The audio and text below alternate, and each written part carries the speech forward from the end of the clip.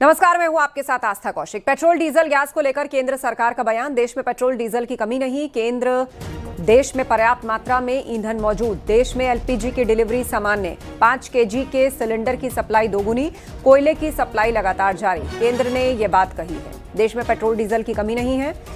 Diesel gas को लेकर केंद्र सरकार का यह बयान सामने आया है। देश में पेट्रोल डीजल की कमी नहीं, 5 केजी के सिलेंडर की सप्लाई दोगुनी, पर्याप्त मात्रा में ईंधन मौजूद है, कोयले की सप्लाई सामान्य है, एलपीजी की डिलीवरी सामान्य है।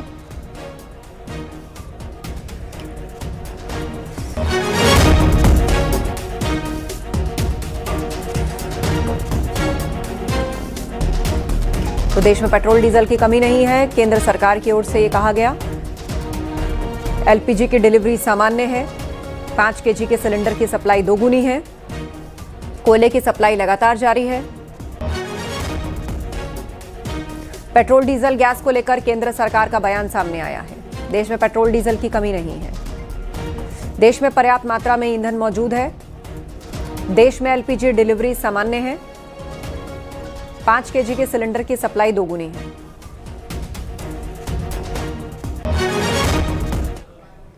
सीएम योगी ने बारिश से फसलों के नुकसान को लेकर अधिकारियों के साथ बैठक की, जिसमें सख्त निर्देश दिए। सीएम ने कहा कि फसलों के नुकसान का फौरन मुआवजा मिले। आपदा की घड़ी में सरकार अन्नदाताओं के साथ है, 24 घंटे में प्रभावितों को राहत पहुंचाई जाए।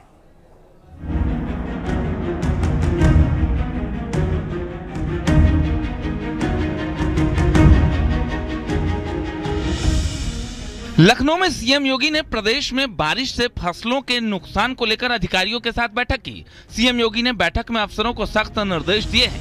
सीएम योगी ने कहा, बेमौसम बारिश, ओलावृष्टि और आगजनी से फसलों को हुए नुकसान का फौरन सर्वे करें। पीड़ितों को राहत पहुंचाना सरकार की सर्वोच्च प्राथमिकता है। 24 घंटे के अंदर प्रभावित किसानों और बटाईदारों का निष्पक्ष सर्वे पूरा किया जाए। सर्वे के बाद फौरन मुआवजा दिया जाए। प्रभावित परिवारों को मुख्यमंत्री आवास योजना के तहत घर दिए जाएं। किसान बीमा योजना के तहत फौरन लाभ दिया जाए। दुर्घटना की चपेट में आने पर उसको तत्काल कंपनसेशन देने की व्यवस्था हम करते हैं। उसके लिए मुख्यमंत्री कृषक दुर्घटना बीमा योजना के अंतर्गत हम उसे 5 लाख रुपए की धनराशि तत्काल उपलब्ध करवाते हैं पीड़ित परिवार को। हमने कहा 24 घंटे के अंदर अन्नदाता किसान को ये सहायता मिलनी चाहिए। लखनऊ में 3 दिवसीय 6वीं उत्तर प्रदेश कृषि विज्ञान कांग्रेस का सीएम योगी ने उद्घाटन किया। इस मौके पर सीएम योगी ने कहा कि विदेशी आक्रांताओं ने भारत की खेती और उद्योगों पर भी हमला किया, जिससे किसान और कारीगर कर्जदार बन गए।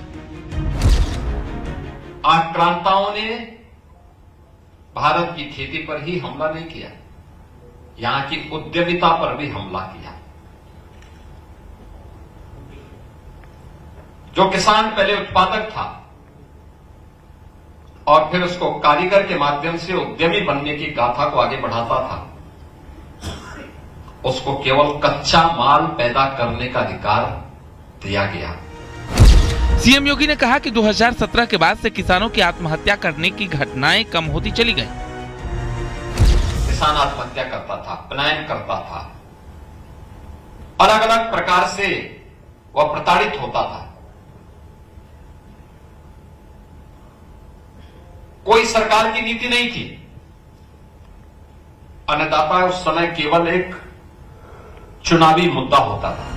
विकसित कृषि विकसित भारत 2047 की थीम पर आधारित कृषि विज्ञान कांग्रेस का मकसद 2047 तक भारत को एक विकसित राष्ट्र बनाने के लिए कृषि क्षेत्र में परिवर्तन लाना है। Bureau report, news 18।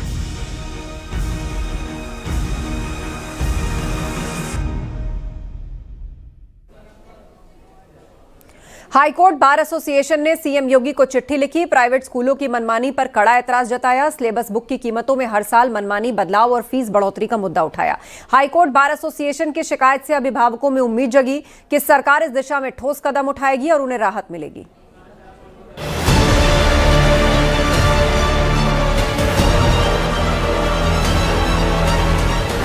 प्राइवेट स्कूलों की मनमानी पर हाईकोर्ट बार एसोसिएशन ने सख्त रुख अपनाया है। हाईकोर्ट बार एसोसिएशन ने यूपी के सीएम योगी आदित्यनाथ को लेटर लिखा है, जिसमें प्राइवेट स्कूलों की फीस और किताबों को लेकर मनमानी का जिक्र है।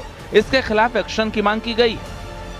किताबों की कीमतों के लिए सख्त नियम बने, किताबें खरीदने के लिए बाध्य करने पर रोक लगे, किताबों में 5 साल तक बदलाव न किया जाए, हर साल नई किताबों की प्रथा पर रोक लगे, नियमों के उल्लंघन पर स्कूल पर कड़ा एक्शन हो, अभिभावकों के हितों के लिए मॉनिटरिंग सिस्टम हो। सीएम योगी से इस मामले में फौरन हस्तक्षेप की मांग की गई है। ये अनजस्ट एनरिचमेंट नहीं होना चाहिए कि हम कपड़े में, टाई में, मोजे में, जूते में, किताबों में हम पैसा कमाएंगे, और ये हमको अनुचित लगा, इसलिए हम लोगों ने ये पहल की है। एजुकेशन का व्यवसायीकरण जो है, इस पे लगाम होनी चाहिए, ये रुकना चाहिए, क्योंकि इस व्यवसायीकरण से जो राइट टू एजुकेशन हमारा फंडामेंटल राइट है, ये हमारे ख्याल से बहुत बुरी तरह से प्रभावित हो रहा है। वहीं कांग्रेस नेता प्रमोद तिवारी ने बार एसोसिएशन के पत्र का समर्थन किया। उन्होंने कहा कि इससे अभिभावकों पर आर्थिक बोझ कम होगा। बार एसोसिएशन के इस प्रस्ताव से, इस दुख दर्द से मैं अपने को जोड़ता हूँ। निसंदेह बार बार जैसे सिलेबस बदला जा रहा है और जैसे भारतीय जनता पार्टी का सिलेबस बन रहा है, किताबें जिस तरीके से बदल दी जाती हैं, जिस तरह स्कूलों में मनमानी फीस है, वो कम होनी चाहिए। मैं बार एसोसिएशन के इस प्रस्ताव का हृदय से समर्थन करता हूँ। हाईकोर्ट बार एसोसिएशन की ओर से इस मुद्दे के उठने के बाद अभिभावकों में उम्मीद जगी है कि सरकार इस दिशा में ठोस कदम उठाएगी और उन्हें राहत मिलेगी। Bureau report, news 18।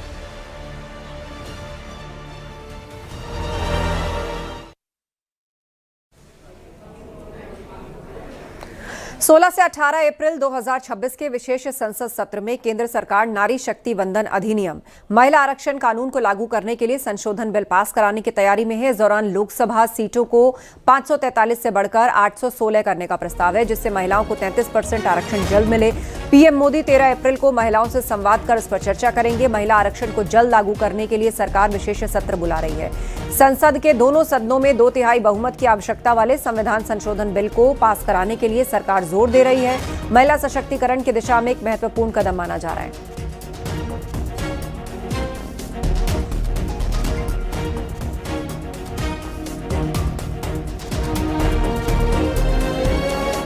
मुरादाबाद से एसपी सांसद रुचि वीरा ने विवादित बयान दिया। रुचि वीरा ने आरएसएस को देश के लिए नासूर बताया है और कहा कि आरएसएस पर प्रतिबंध लगना चाहिए। उनके आयोजन और सभाएं सब जनता के पैसे से हो रहे हैं, करोड़ों रुपए खर्च हो रहे हैं, पब्लिक के पैसे का दुरुपयोग हो रहा है।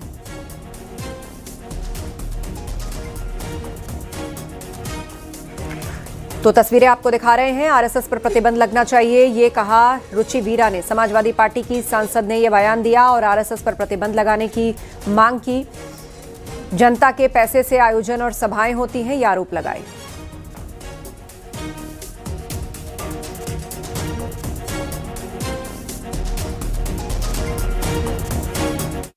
देखिए, आरएसएस तो नासूर है देश के लिए, इस पे प्रतिबंध लगना चाहिए। देखिए, आप देख ही रहे हैं उनके जो आयोजन हो रहे हैं, जो सभाएं हो रही हैं, वो इतनी बिना जनता के पैसे के थोड़ी हो रही है। जनता के पैसे से करोड़ों करोड़ों रुपए में सभा हो रही है, तो ये जनता के पैसे का दुरुपयोग हो रहा है। विकास कार्य पे लगना चाहिए जनता का पैसा, अस्पताल बनने चाहिए, कॉलेज बनने चाहिए और जो भी विकास कार्य है वो होने चाहिए। मिर्जापुर में जल निगम के अधिकारियों पर भड़के बीजेपी विधायक रत्नाकर मिश्रा का बयान सामने आया। उन्होंने कहा जनता के हित में वो किसी भी हद तक जा सकते हैं। अगर जनता बिन पानी के तरस के मरेगी तो क्या अधिकारी सुरक्षित रहेंगे? डेडलाइन तक अगर काम पूरा नहीं हुआ तो लापरवाही अधिकारियों पर सख्त कार्रवाई की जाएगी।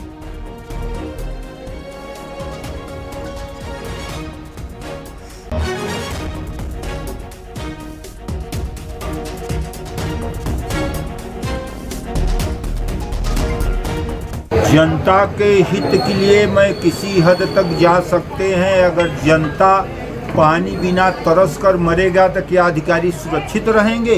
कोई भी रहेगा। मैं जनहित में हर हद तक जाकर मैं कार्रवाई कराने का काम करेंगे। ये अधिकारी लोगों का कहीं नहीं षड्यंत्र है, जो कर रहे हैं ठीक नहीं कर रहे हैं, इनके खिलाफ कार्रवाई होगा। अगर इनको 30 तारीख के अंदर तक गाइडलाइन जो दिया गया है अगर नहीं करेंगे तो इनके खिलाफ में कार्रवाई कराने का काम करेंगे। अब आपको बीजेपी विधायक रत्नाकर मिश्रा का वो बयान सुनवाते हैं जो जल निगम के अधिकारियों पर भड़कते हुए सोशल मीडिया पर वायरल है, जिसमें बीजेपी विधायक काम में लापरवाही मिलने पर अफसरों को फटकारते हुए नजर आ रहे हैं। आपको सुनवाते हैं भड़कते हुए क्या कहा उन्होंने। तो बना हुए कि क्या हो गए?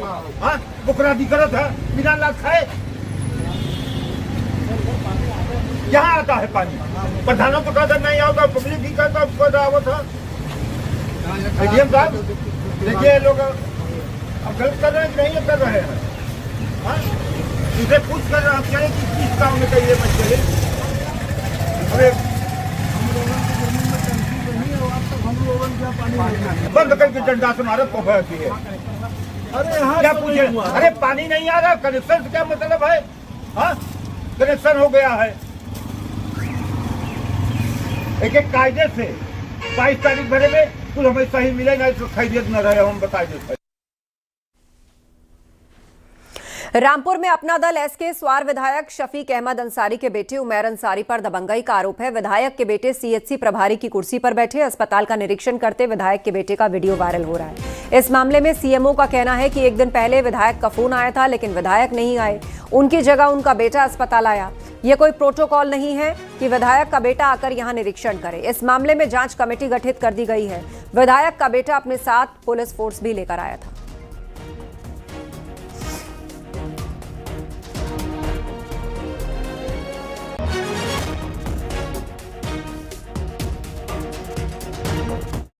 देखिए, वीडियो वायरल हुआ और इस तरह की जब खबर हुई तो जब मामला मेरे संज्ञान में आया तो मैंने वहाँ के एमओ इंचार्ज से बात करी जो सुपरिटेंडेंट है। तो उन्होंने कहा कि वो खबर तो फोन तो एक दिन पहले जो है विधायक जी के लिए आया था कि विधायक जी सीएससी पे निरीक्षण करेंगे, लेकिन मैन मौके पे विधायक जी ना आके उनके पुत्र आए और आके वो अस्पताल का निरीक्षण करने लगे और वो उनकी कुर्सी पे स्वयं ही बैठ गए। कि उन्होंने कहा अधीक्षक ने कि कुर्सी मैंने ऑफर नहीं की थी, वो स्वयं ही कुर्सी पे बैठ गए।